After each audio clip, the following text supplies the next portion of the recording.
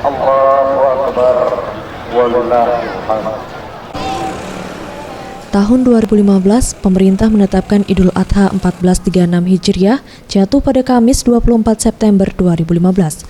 Peringatan Idul Adha merupakan hari yang tepat bagi umat Muslim untuk mentauladani Nabi Ibrahim ketika mengorbankan anaknya Ismail.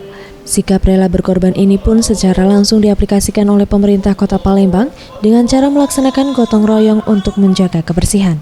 Hal ini seperti disampaikan Wali Kota Palembang Harno Joyo yang ditemui usai menunaikan sholat Id di Masjid Agung Palembang.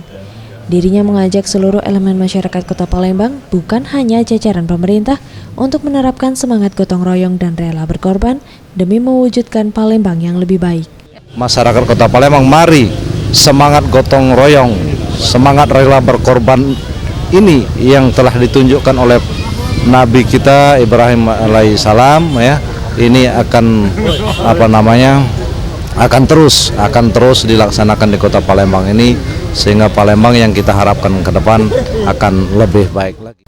Usai sholat Id ini pula, pemerintah Kota Palembang menyerahkan hewan kurban seekor sapi dengan berat 1,1 ton kepada pengurus Masjid Agung Palembang untuk nantinya dibagikan kepada masyarakat Kota Palembang yang telah memperoleh kupon.